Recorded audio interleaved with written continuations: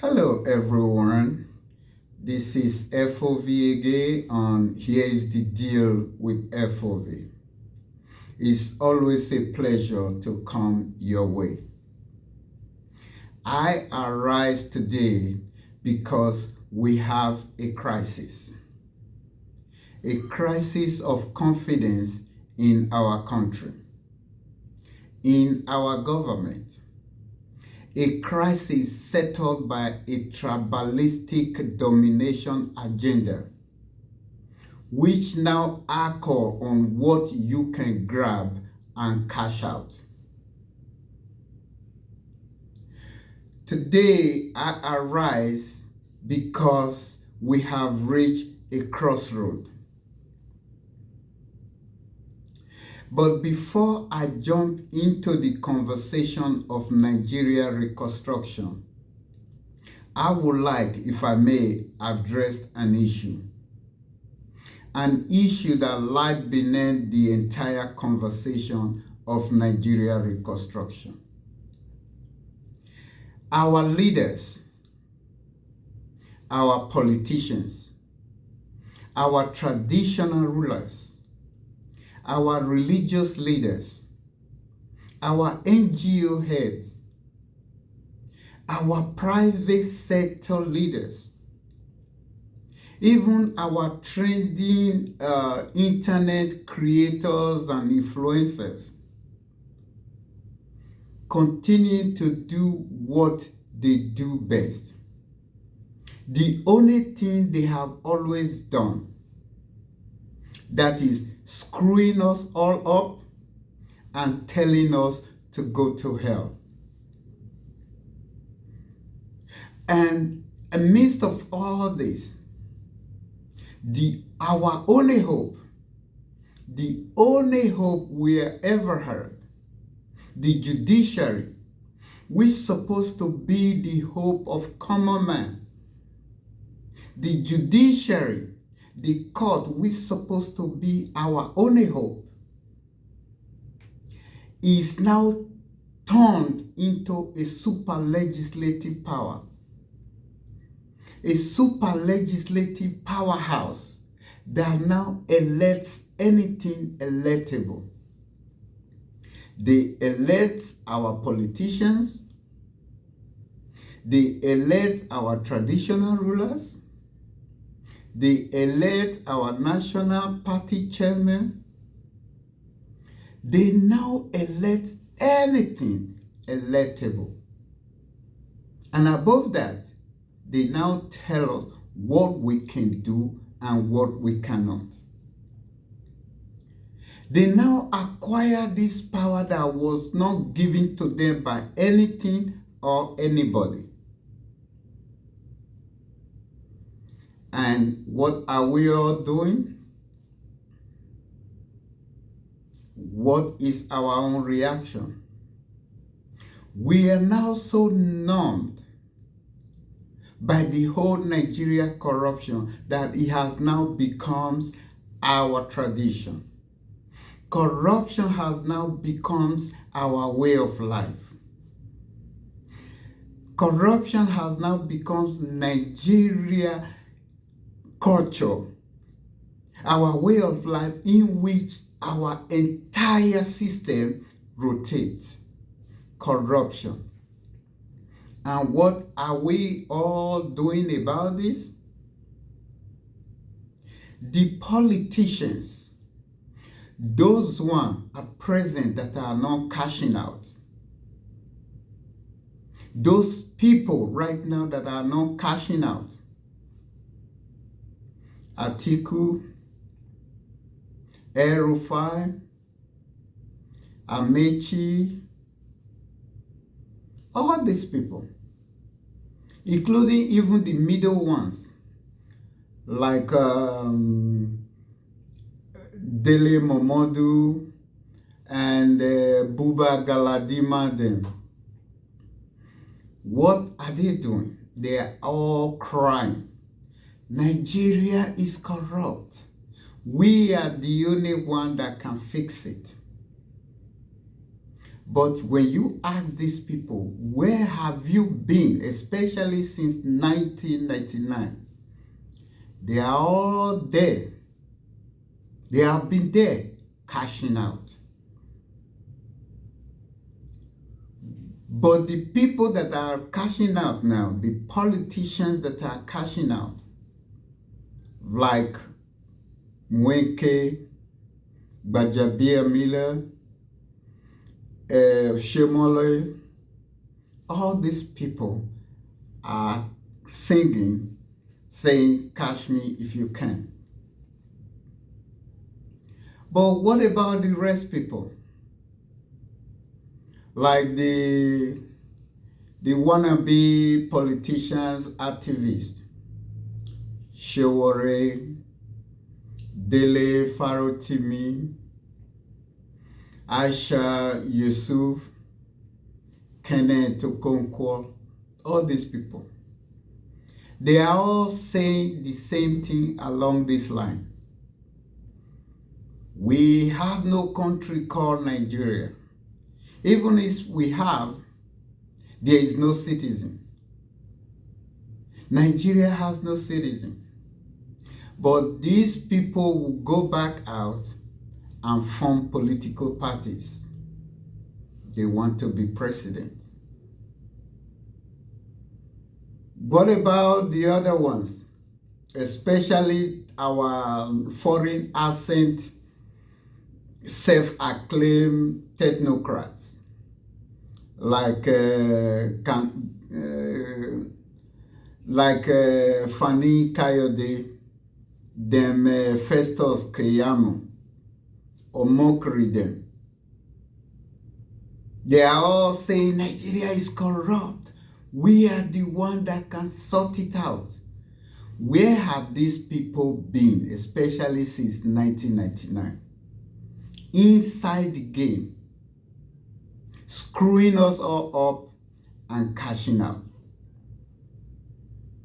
The wannabe politicians, they are all screaming.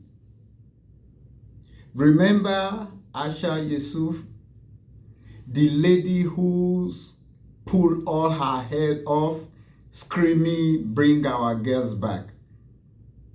What happened after that? Aisha became famous and rich. But the question is, where are the girls she brought back? Have you ever remembered or heard about those girls again? No. They all went in there empty and comes out fat and heavy. They are all saying the same thing. We are the one that can sort it out. We are the one that can do. But you have been there since all this time. When you are out, you scream. When you are in, you keep quiet and loot and got fattened. Yeah, before I continue, I want to make a warning. I know some of you, maybe many of you have heard the story of the boiling frog. This metaphor now used in policy and business world describe a situation where something happen slowly. It happens very little, and gradually he grew worse, and at the end you can't do anything about it. So here is this frog lying down in the water, and without realizing it, the temperature of the water kept increasing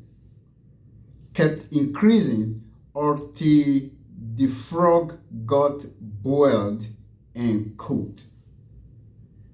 So my warning to the Nigerian people, my warning right now to everybody, to all of us, is that Nigeria is getting warmer. rapidly getting warmer.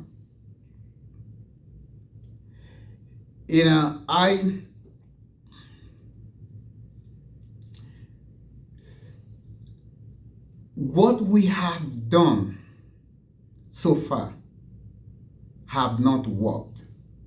What we are doing right now is not working.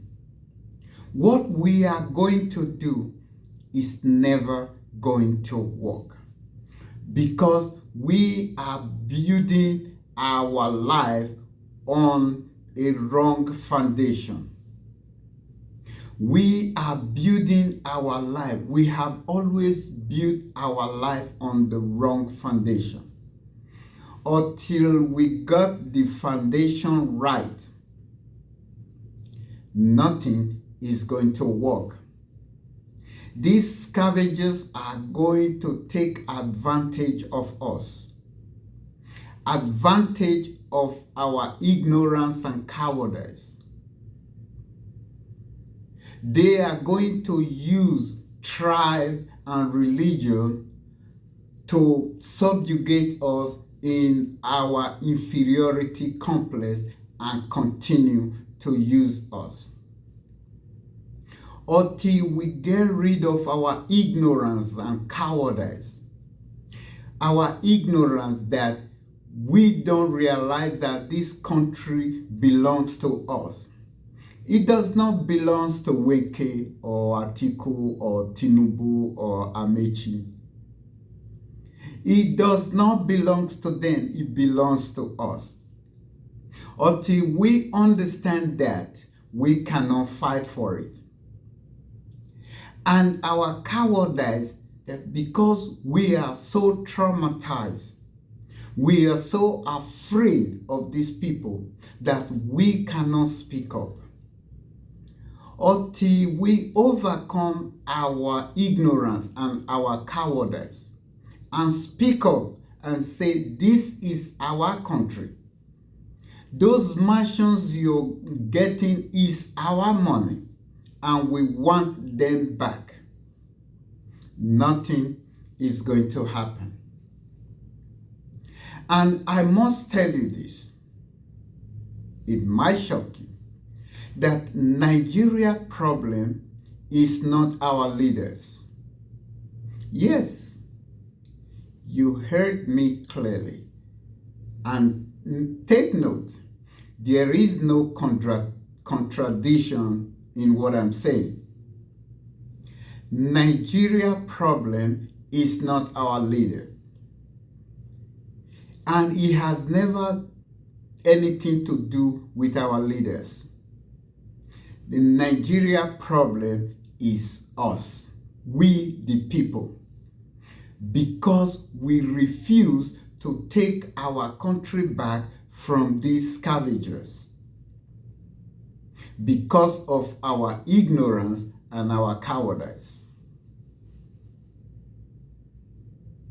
So until we have a new mindset, a new conviction that this country belongs to us, it belongs to we the people and our children and our children's children, we are going to be where we are. Until we have a mindset that tells us that we have to fight for this country. I've heard a lot of people like Sowore always promulgate revolution. I differ from his kind of way of bringing up this revolution. I believe in revolution, but my kind of revolution is not physical. It's a mental and ideological revolution. A revolution that will make me believe that this country is mine and I need to fight for it. We need that mental and ideological revolution. Physical might not do anything, and he has never done anything. The SARS movement came and got quenched when 2 or 3 were shot. But when you have a mental, psychological revolution, you have that determination to take your country back. Not necessarily physical fight or violence at all. And I will never support that, because that will lead us nowhere. It's going to be a mental and ideological revolution. There's nothing so powerful with the people together. My father always used to say, and my younger brother reminds me recently, that our father used to say that the power of a broom lies in the numbers. Together we can stand and take our country back.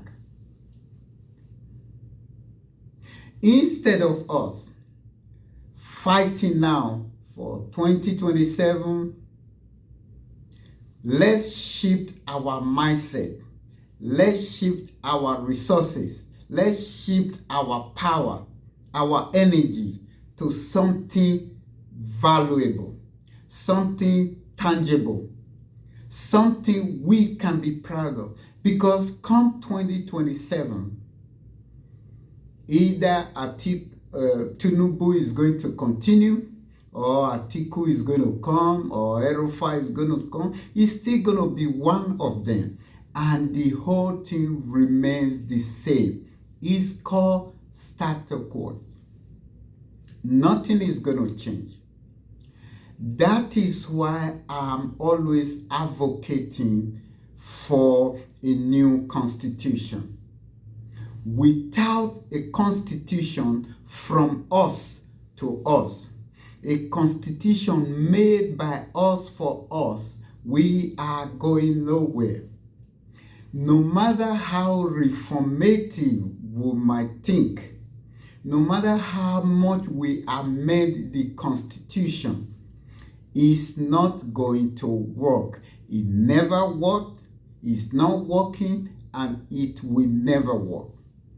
A new constitution that lays our foundation by us is our way forward. That is why I'm always calling on people, especially the activists like Sowore, Kenneth Okonkwo, Asha Yusuf, and this guy again, Shetima Yerima. No, there are capable guys over there. But the way we are going about it is just complaining and complaining. We're not doing anything. And we are fighting to be a president. First of all, none of these guys is going to be president. Okay? The scavengers are not going to allow these guys to be president, one. And secondly, even if you become the president, you cannot change the status quo. You are still going to be there doing the same things others have done. I make reference to this in my previous video, making an analogy about the parable of the sower. That the seeds that were in that story, all of the seeds were all good seeds. But what determines their result is the situations and the environment they found themselves in. I made an example of the one that fell on the thorns. It was a good seed. In fact, he germinated and grew beautifully. But because of where it is, where he was, he was choked to death. So it's not really who you're going to put there now. The result is still going to be the same. So let's put our minds together. Forget about 2027. Let's put our minds together and work towards a new constitution. A new constitution that will guarantee us our rights and our aspiration. A new constitution that will give the power back to us, we the people. A new constitution that will make us the sovereign of this nation. The constitution that is going to tell us that we are the power. We are the people that governs ourselves. A constitution that is going to be based on truly, I'm not going to say federalism, because when you use federalism, you have to go into theories and ideology. We are going to have what you call constitutional republic. Our nation is going to be guided by our constitution, from us to us. So we are going to operate a constitutional republic. A constitutional republic that is going to give us this following, not excluded, but among these will be a state autonomy with its own assets and resources. State autonomy, very important. Second, our new constitution will guarantee a state that is secular in nature and de facto language speaking. So what I mean by this is secular, we're not going to have religion. The only religion is going to be practiced personally. The state will not have any religion. So only one law is going to guide the whole nation. Then de facto language will be that Nigeria would not have a official language, that this is our language. There will be no Igbo or Yoruba, or we are all only one Nigeria. The third is our constitution will guarantee only one national assembly. These two nonsense they are doing is not working. Only one national assembly. And this National Assembly will have 4 representatives from each state.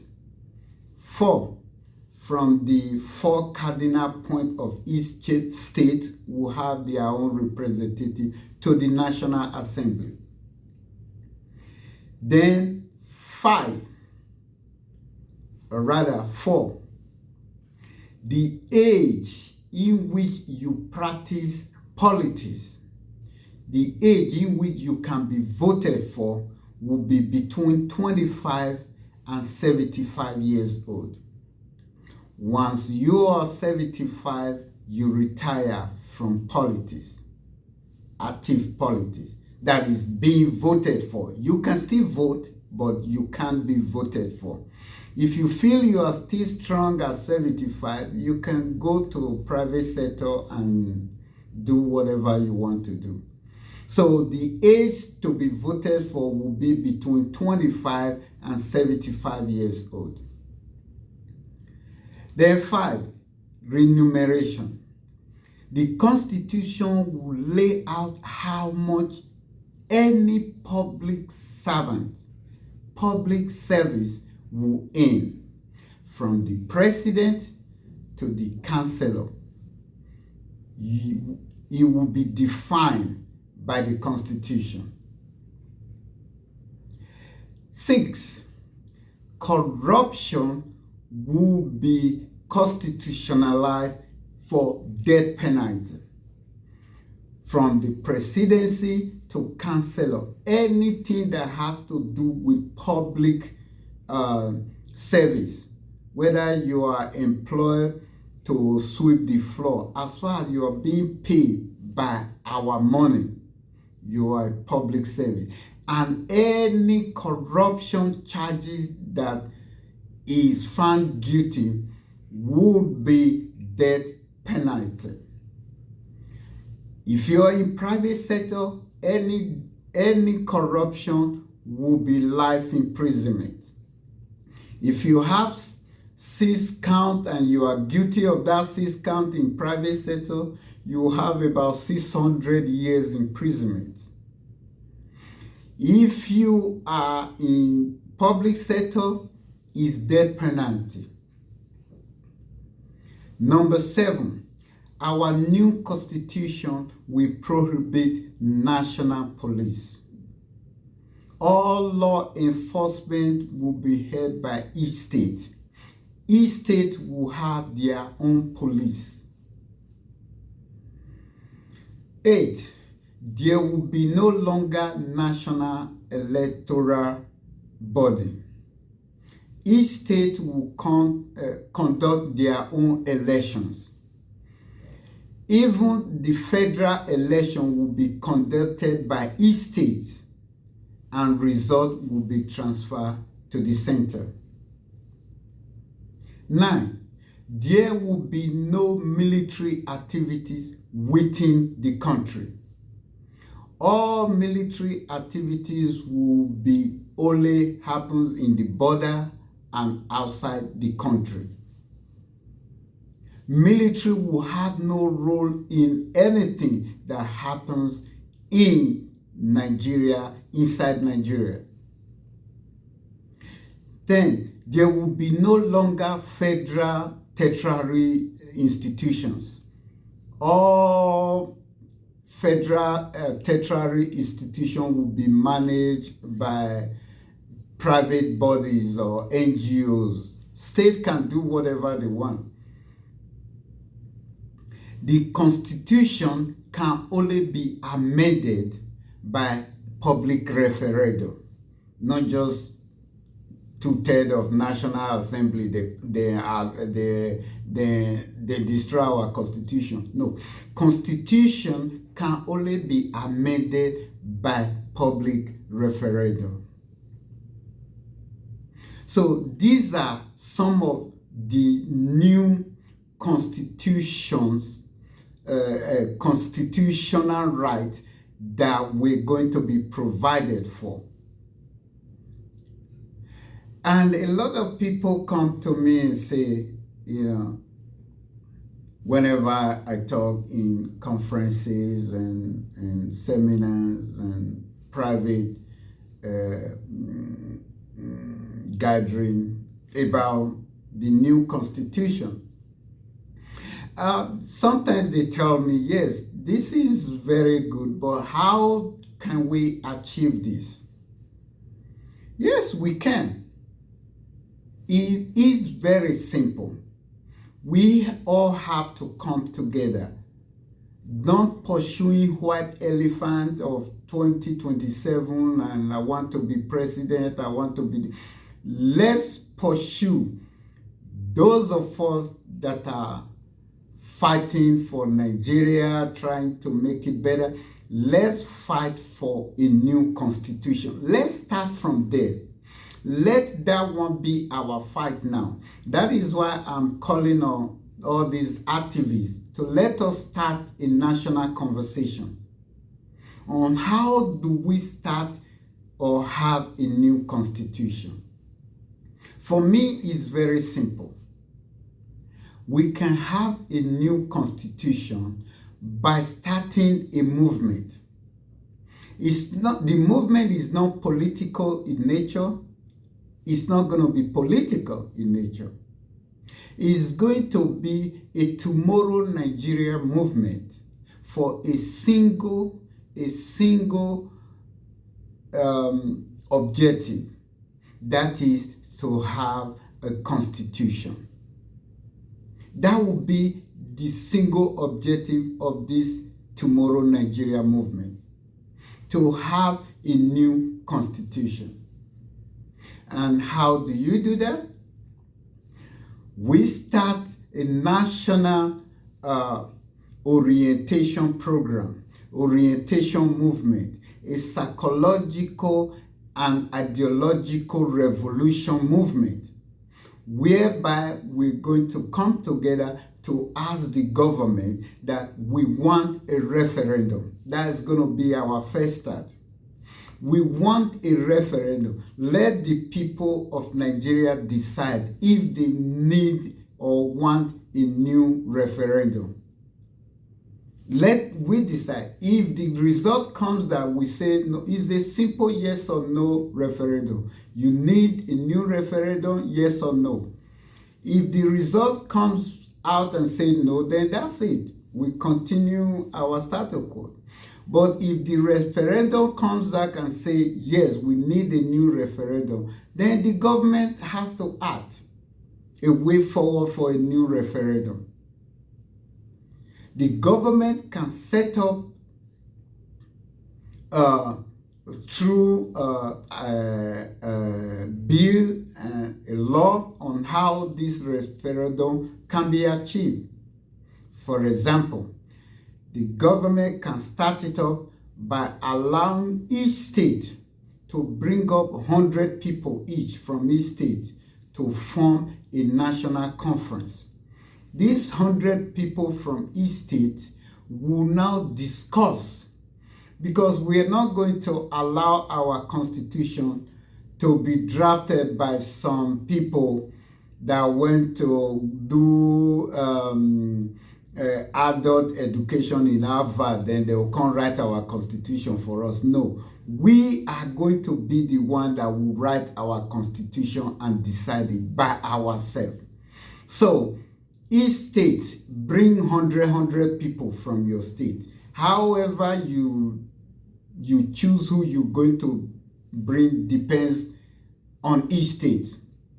You can do it through legislator, you can do it through wherever you want. But all we want is bring 100 people to come and represent you in the national conference.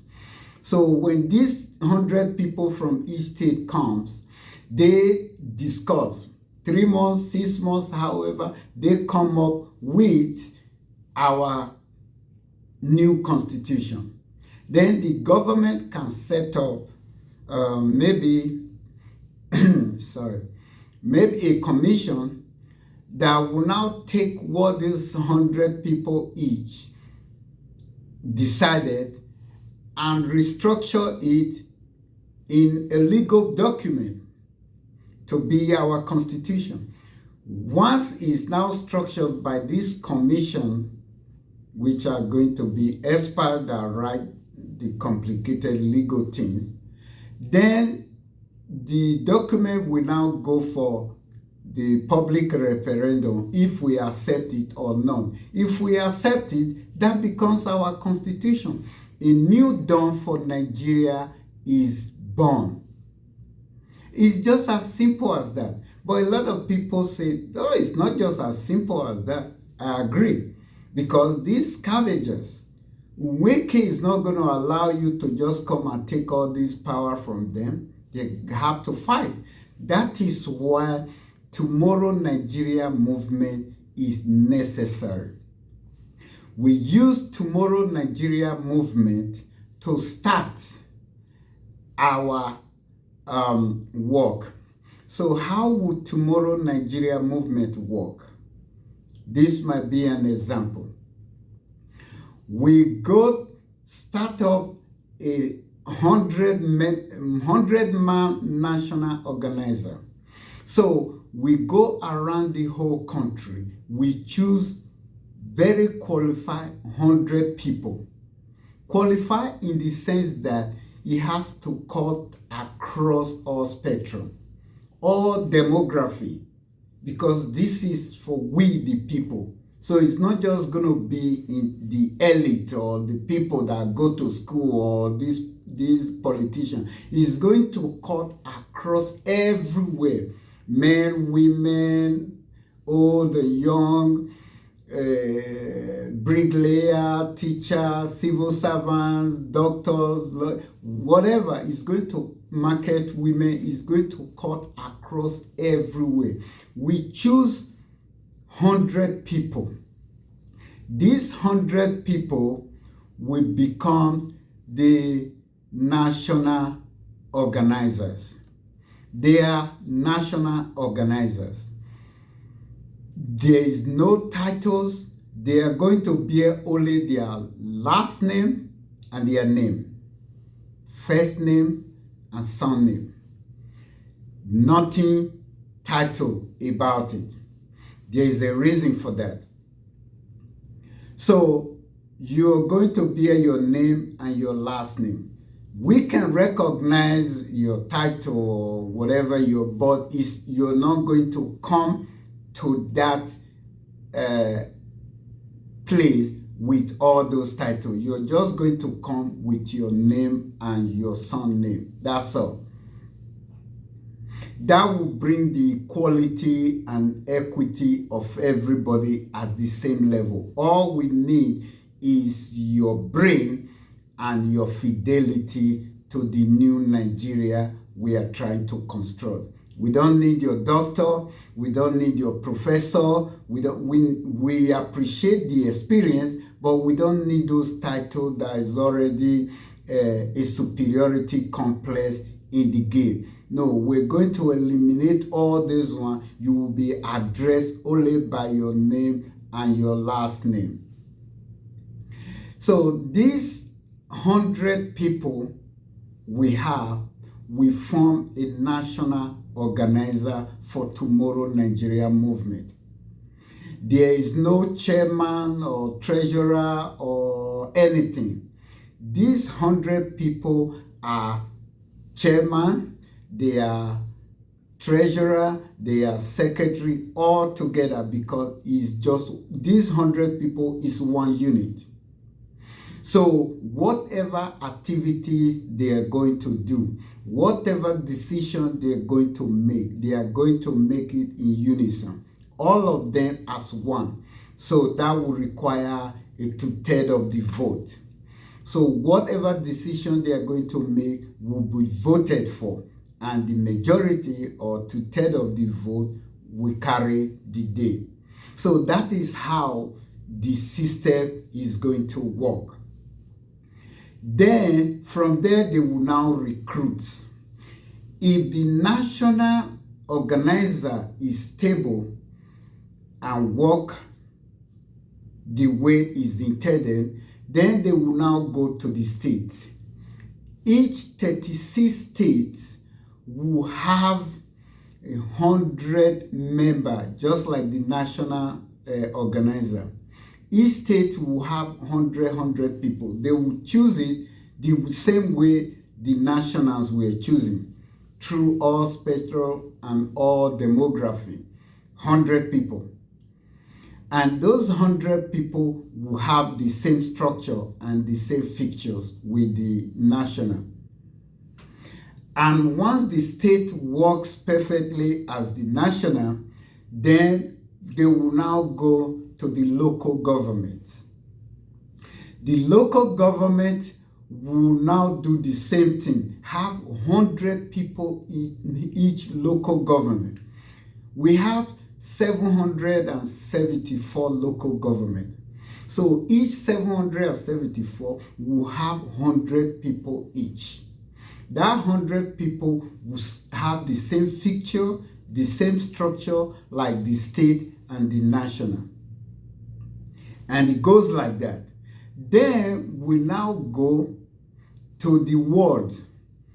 In the ward we have about 8,806 words, right?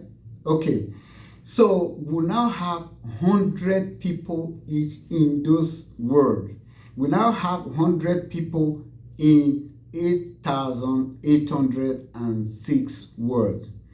The same structure, the same feature.